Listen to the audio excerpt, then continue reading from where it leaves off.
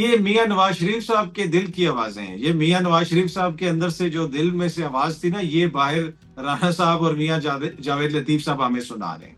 ये हो नहीं सकता कि इतनी सीनियर उनकी क्यादत हो और मियां साहब को पता ना हो। मियां जावेद लतीफ साहब तो बार बार ये बात कर रहे हैं। राणा साहब यहां तक कह रहे हैं कि जनाब मोहसिन नकवी साहब चाहते तो वजीर आजम बन जाते। तो ये नहीं हो सकता कि लीडरशिप ने इसके ऊपर उनसे बात ना की हो। और ये भी मैं नहीं मान सकता कि अगर नवाज शरीफ साहब जावेद लतीफ साहब को या राणा साहब को मना करेंगे तो वो कैरी ऑन करेंगे इस तरह के बयान देते हैं। सहाफी तो आप एक तरफ कर देना। इवन राना सनाउल्लाह साहब ने ये फरमाया कि जिस तरीके से इमरान खान साहब को सजाएं दी गई हैं उसके हवाले से तहफुजात हैं। आज कहते हैं कि जी भुट्टो के वारिस यहाँ पे बैठे हुए हैं, वोट की इज्जत वाले यहाँ पे हुकूमत में बैठे हुए हैं और एक्स की सर्विस जो है हर कोई वीपीएन लगा के इस्तेमाल कर रहा है। तो जमहूरियत में तो ऐसा नहीं होता। अगर आपने एक जमहूरी हुकूमत बनाई और आपका ये दावा है कि आप लोग जमहूरी लोग हैं, तो फिर इसको आपको देखने की जरूरत है। क्या ये जमहूरी रवैये हैं कि जनाब एक्स बंद है, किसी को जलसे की इजाजत नहीं, रैली को इजाजत नहीं। इसके ऊपर हुकूमती जो शख्सियात हैं, जो हुकूमती इत्तेहाद है,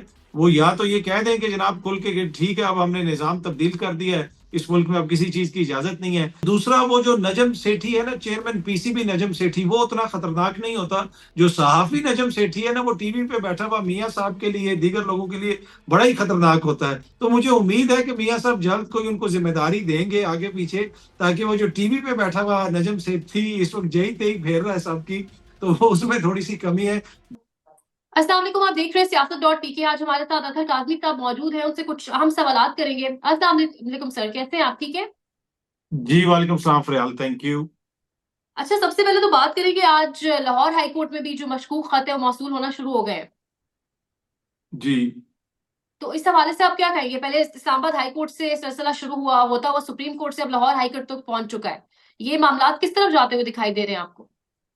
ये आई डोंट नो। अब ये खत जो है ये किसने भेजा है? रेशम ने भेजा है। वो इसलिए कि मुख्तलिफ ख्वातीन के नाम आ रहे हैं, तो अब जब तक मुझे अभी तक ये नहीं पता कि ये किसने भेजा है। पर टू बी ऑनेस्ट, इस वक्त अगर हम देखें, इस्लामाबाद हाई कोर्ट के जजेस को भी खत आया, सुप्रीम कोर्ट के जज साहिबान को भी, लाहौर हाई कोर्ट में भी, और डिफरेंट हम्म। जजेस के अब नाम सामने आ रहे हैं। तो काफी परेशान कुन सूरत हाल है।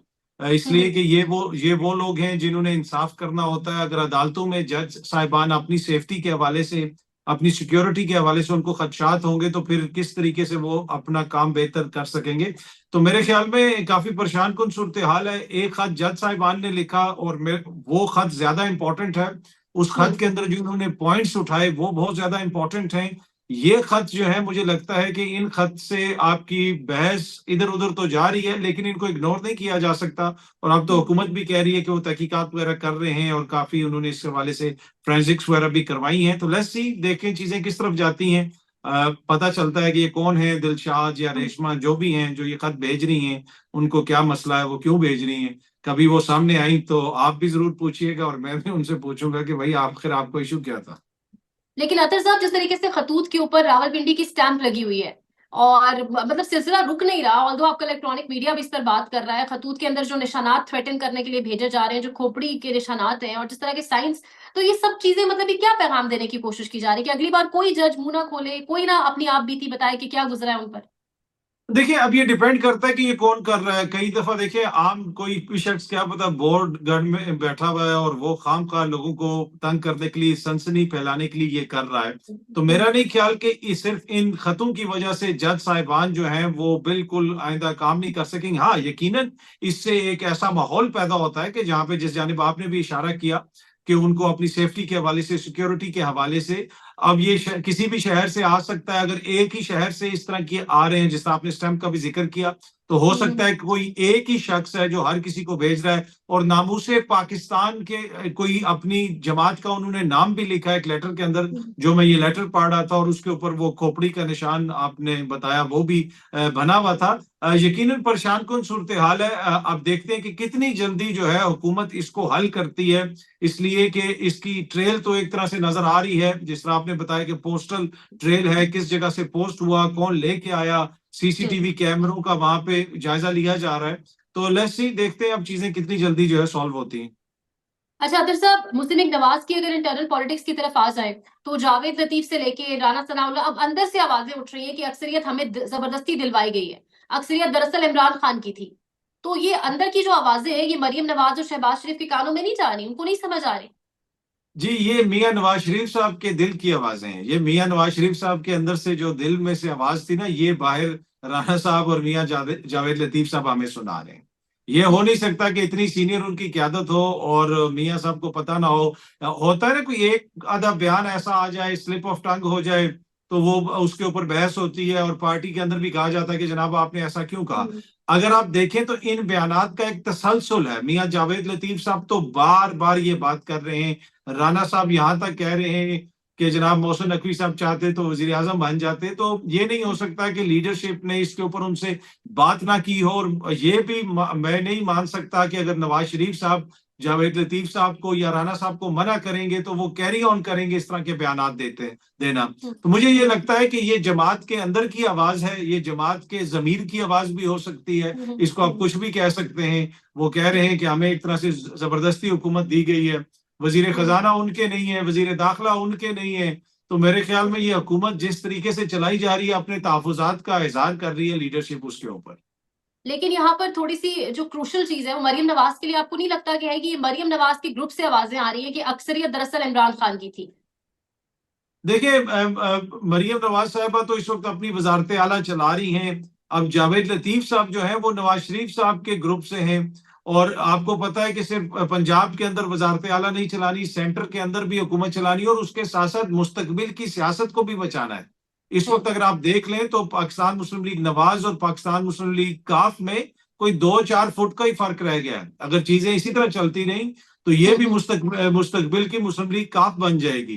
तो मियां ठीक साहब है। ने अपनी जमात की सियासत भी बचानी है। तो इसी वजह से बहुत सारी ऐसी बातें की जा रही हैं कि वक्त आने के ऊपर जब बयानिया बदला जाए, एकदम से यू टर्न लिया जाए, तो उस वक्त कहा जाए कि जी हम तो पहले ही ये कह रहे थे, हमारे तो पहले से ही तहफुजात थे।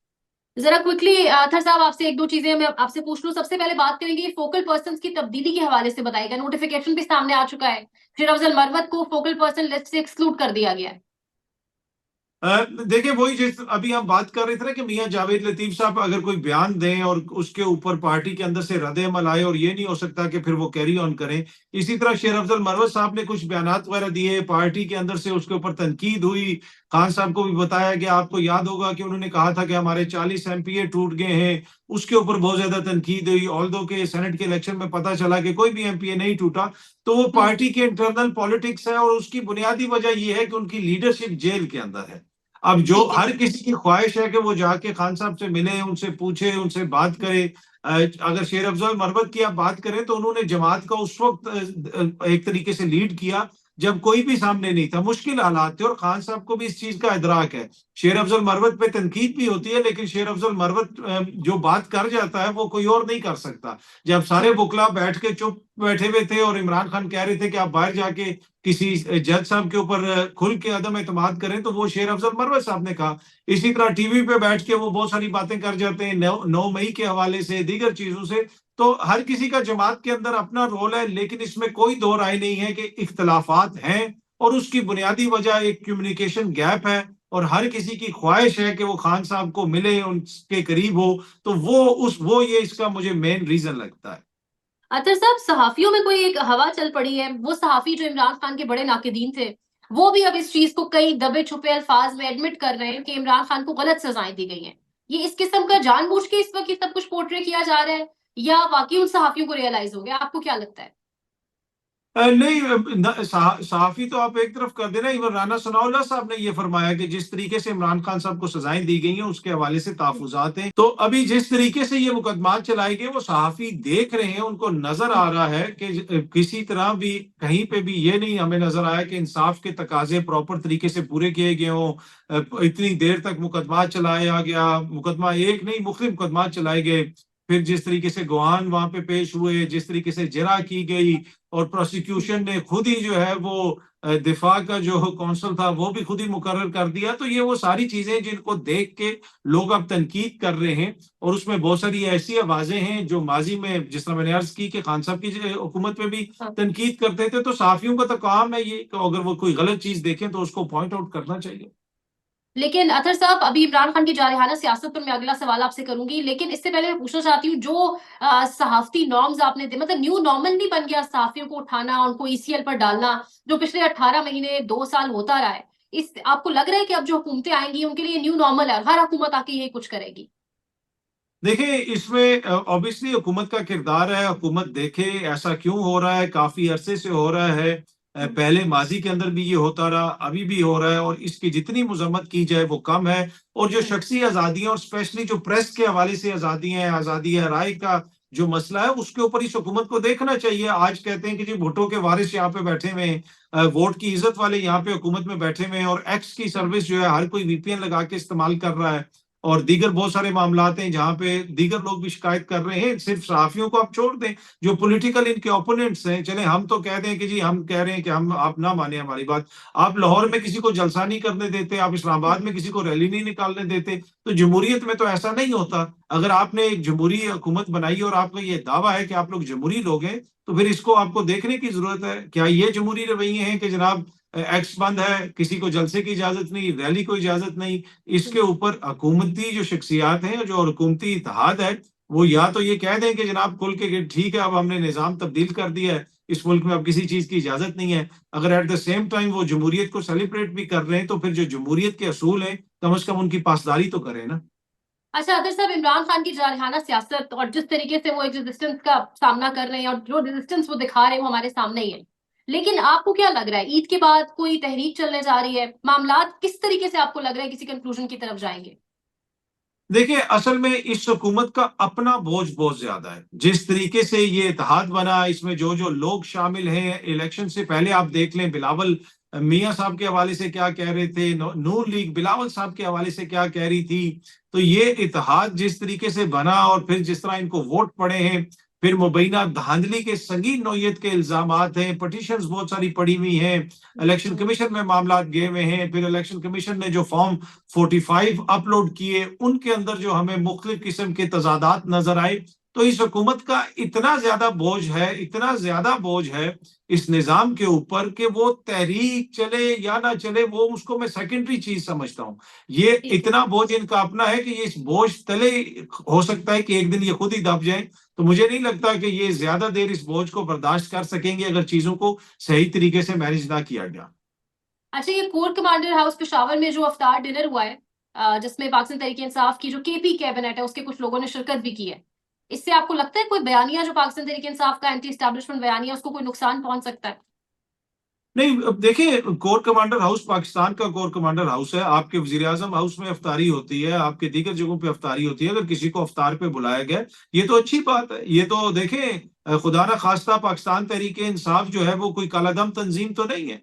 ये तो एक मुल्क की सियासी जमात है, और वो बड़ी इंपॉर्टेंट एरिया है। वहां पे सिक्योरिटी के जो मसाइल हैं, वहां पे हमारी सिक्योरिटी फोर्सेस जिस तरीके का काम कर रही हैं, आए रोज जी। हमारी जवानों की शहादतें होती हैं। तो मेरे ख्याल में ये एंगेजमेंट अगर गए हैं और वो जाके जवानों से वहां पे मिले हैं और वहां पे अफसरान से मिले हैं, अफ्तारी इकट्ठी की है, तो ये तो मैसेज हमें पूरी दुनिया को देना चाहिए कि हमारे सियासी इख्तलाफात अपनी जगह हैं, लेकिन चाहे हाँ। हमारी अदालतें हो जाए, हमारे मुसल्ला अफवाज हो जाए, हमारी पुलिस हो जाए, दीगर इदारे हो जाए, उन पे हम तनकीद कर सकते हैं। लेकिन खुदा ना खास्ता हमारा कोई इस लेवल का इख्तलाफ तो नहीं है कि हम इकट्ठे बैठ नहीं सकते और इकट्ठा रोजा नहीं खोल सकते। तो मेरे ख्याल में तो ये तो एक पॉजिटिव चीज है, इसमें मुझे तो कोई ऐसी और इमरान नेगेटिव खान, चीज आपको लगता नजर नहीं है आती। इस मुलाकात से इमरान खान आगाह होंगे?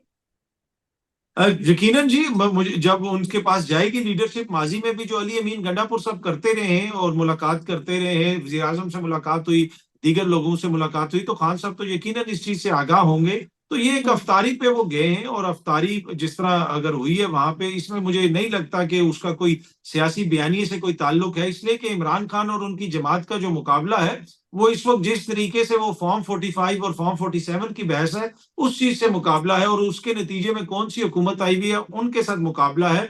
हाँ, किसी ठीक है। लेवल पे वो स्टेब्लिशमेंट पे भी तनकीद करते हैं, लेकिन यहाँ पे इदारे के लेवल के ऊपर खुदा ना खास्ता मुझे नहीं लगता कि कोई ऐसा मसला है कि खान साहब इसके ऊपर कहेंगे। खान साहब ने पिछले दिनों भी सहाफियों से बात करते हुए कहा कि मेरे से ज्यादा मेरे मुल्क की फौज इंपॉर्टेंट है, मेरे इदारे इंपॉर्टेंट है, इदारे मजबूत होंगे तो मुल्क मजबूत होगा। तो मुझे नहीं लगता कि इसके ऊपर खान साहब को कोई ऐसा इशू होगा। हाँ, अगर वहां पे कोई ऐसी कोई सियासी बात है या कोई उस तरह की चीज है, तो वो एक अलग बहस है। अगर कोई चीज उस तरह की बाहर आती है, तो शायद उसके ऊपर फिर उनको इतराज हो।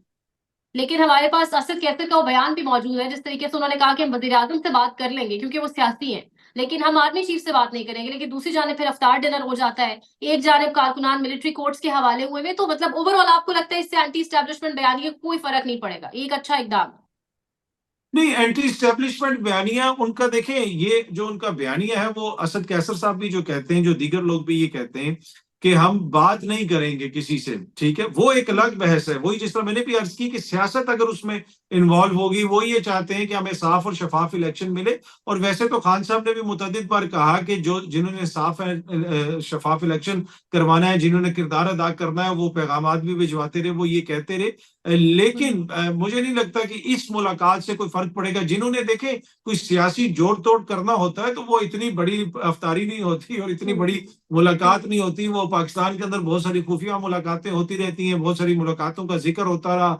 माजी में जब पिछली स्टैब्लिशमेंट थी, यहाँ पे यहाँ तक पता चला कि कोई गाड़ी में छुप के चला गया है, तो कोई गाड़ी में पीछे बैठ के चला गया, वो सारी चीजें चलती रही हैं। जो सामने जाके कोई हो रहा है, तो मेरे ख्याल में ये तासुर जाहिर करने की जरूरत है हमारी सियासी जमातों के, खुदा न खास्ता जैसे कोई हमारे इदारे एक दूसरे के खिलाफ हैं या सियासी जमातों का मुकाबला इदारों के साथ है। नहीं, गिला शिकवा हो सकता है हर लेवल के ऊपर, लेकिन ये तासुर जो है वो मुझे नहीं लगता कि ये दुरुस्त है कि कोई मुकाबला एक दूसरे के साथ है। अच्छा, हम इसको इस कॉन्टेक्स्ट में देख सकते हैं कि कोई खैर सगाली पैगाम भेजा जा रहा है इमरान खान की जानिब, या कोई हाथ बढ़ाने की कोशिश की जा रही है? क्योंकि इनडायरेक्टली तो ये ज़ाहिर है वहाँ केपी कैबिनेट मौजूद है, तो इनडायरेक्टली तो इमरान खान की मुलाकात हो गई ना फौज के साथ या एस्टेब्लिशमेंट के साथ। तो इसको कोई खैर सगाली पैगाम कहा जा सकता है?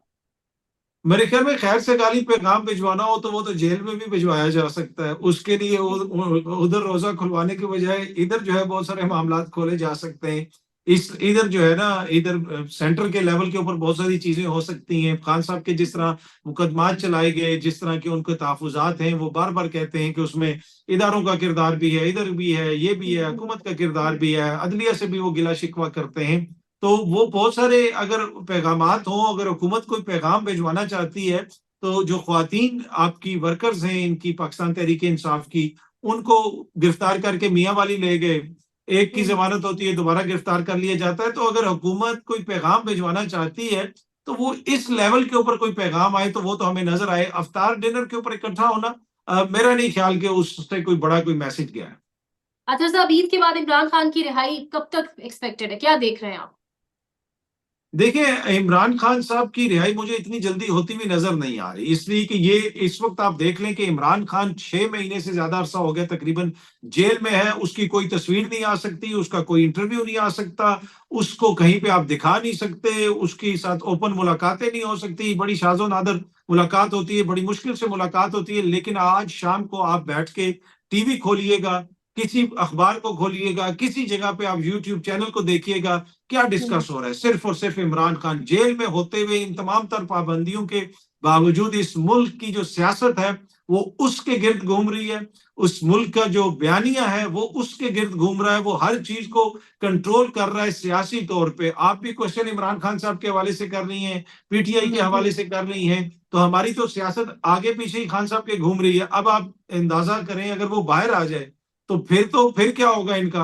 अंदर रह के वो उसने इतना मसला क्रिएट किया हुआ, तो मुझे नहीं लगता। मुझे ये लगता है कि ये हुकूमत समझती है कि हमारे लिए वो बहुत बड़ा खतरा है और इनकी ख्वाहिश होगी कि जितना अरसा लीगली उनको अंदर रखा जा सके, ये मुकदमात वगैरह चला के उनको अंदर रखने की कोशिश की जाएगी। अदर साहब, नजम सेठी साहब की मुलाकात अब से कुछ दिन पहले ही अपनी मिसेस के साथ उनकी मुलाकात हुई नवाज शरीफ साहब से, मरियम नवाज से, वो तस्वीर भी वायरल हुई। नजम सेठी साहब कह रहे हैं कि बहुत जल्द पाकिस्तान तहरीक इंसाफ की ईद होने जा रही है।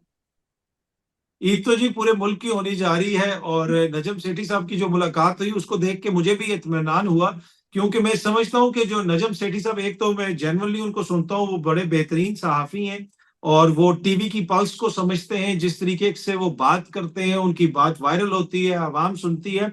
और दूसरा, वो जो नजम सेठी है ना, चेयरमैन पीसीबी नजम सेठी, वो उतना खतरनाक नहीं होता। जो सहाफी नजम सेठी है ना, वो टीवी पे बैठा हुआ मियाँ साहब के लिए, दीगर लोगों के लिए बड़ा ही खतरनाक होता है। तो मुझे उम्मीद है कि मियाँ साहब जल्द कोई उनको जिम्मेदारी देंगे आगे पीछे, ताकि वो जो टीवी पे बैठा हुआ नजम सेठी इस वक्त जई तेई फेर रहा है सबकी, तो वो उसमें थोड़ी सी कमी है। बाकी हमारा वो लॉस होगा अगर नजम सेठी साहब टीवी से हट जाते हैं। बहुत सारी खबरें जो हम तक पहुंचती हैं या दीगर लोगों तक पहुंचती हैं, वो लोग नहीं कह सकते टीवी के ऊपर, तो वो नजम सेठी साहब कह देते हैं। पर मेरे ख्याल में अच्छी मुलाकात है। अब उस मुलाकात के बाद हो सकता है कि बहुत सारे जो मामलात वो क्लियर भी हुए हों, और जो मियां साहब पे तनकीद हो रही थी, शायद वो तनकीद भी कम हो, इसलिए कि वो फर्स्ट हैंड आ जाती है आपके पास इंफॉर्मेशन, तो वो फिर बंदा बताता है कि हो रहा क्या है।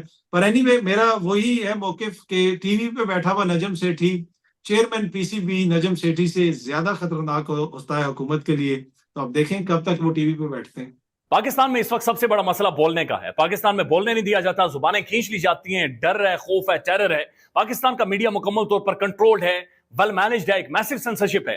इसी तरह का दबाव पाकिस्तान में siyaset.pk भी फेस कर रहा है, जिसे पाकिस्तान भर में गुज़श्ता कई महीनों से मावरा आइन, मावरा कवानीन मुकम्मल तौर पर बंद कर दिया गया है, मुकम्मल तौर पर बैन कर दिया गया है। siyaset.pk की नशरियात को लिमिटेड करके पाकिस्तान में छोड़ दिया गया है। तमाम तर कानूनी मवाज के ऊपर आवाज उठाई गई, दस्तक दी गई, लेकिन हर तरफ से खामोशी है, सन्नाटा है, कहीं पर कोई सुनवाई नहीं है, कोई सुनने को तैयार नहीं है। लेकिन इसका हल क्या है? क्या खामोश हो जाएं? क्या सवाल ना करें? क्या मालूमात आप तक ना पहुंचाएं? क्या इंफॉर्मेशन आप तक ना पहुंचाएं? मालूमात भी पहुंचेगी, इंफॉर्मेशन भी पहुंचेगी, सवालात भी उठेंगे, लेकिन अब आपने रोल प्ले करना है, आपने अपना किरदार अदा करना है। और छोटा सा एक प्रोसीजर है, प्रोसेस है, उसके बाद आप अपना किरदार अदा करें और हमारी मदद करें। पहले आपने यह करना है कि हमारे YouTube चैनल को सब्सक्राइब करना है, उसके बाद ज्वाइन के बटन के ऊपर जाना है, क्लिक करके हमारा मेंबर बनना है। या फिर दूसरा ऑप्शन यह है कि आपने वीडियो की डिस्क्रिप्शन में जाना है, वहां पर पैट्रियन का लिंक मौजूद होगा, उस लिंक के ऊपर क्लिक करें और हमें सपोर्ट करें, हमारा हिस्सा बने, हमारी ताकत बने। ख्याल रखिएगा। अल्लाह हाफिज।